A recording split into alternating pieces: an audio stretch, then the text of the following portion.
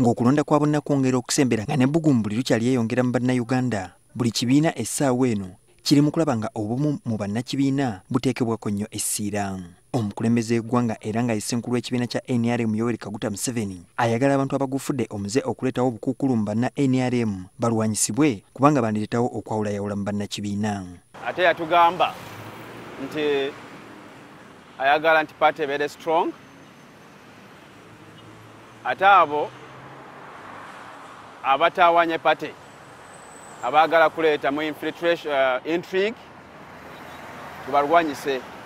Ku Lwokutaano lwa Ssabbiiti ewedde, Museveni aliko ekibinja ky'abakulembeze abaali eyo mu nkaaga nga bano bava mu disitulikiti y'e Kanungu beyasinkanye mu maka g'obwapulezidenti Entebbe. Mu nsisinkano eno, Museveni era agambibwa okulabula abantu abagufudde omuze okwerimbika mu linnya lye nga bw'abatumye okwesimbawo mu bifo ebitali bimu.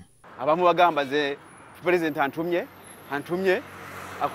akutumawa abantu be balonda ba NRM balonda candidate abakwata fulaga yabo naye ku ndengo zonna yagamba nti ja kurespectinga constitution. Ku nsonga za mbabazi ng'ono ava Kanungu abakulembeze bayo we twababuuziza ku nsonga eno bwe batyo bwe baatwanukudde.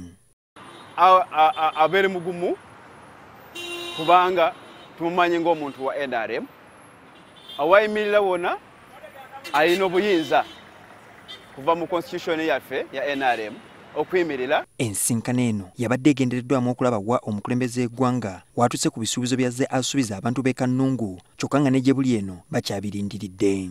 Tetwagala development, politicking si kyaffe kubanga politics has its own time.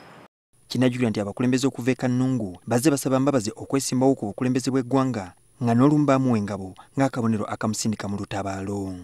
Julius Senkandwa, NTV.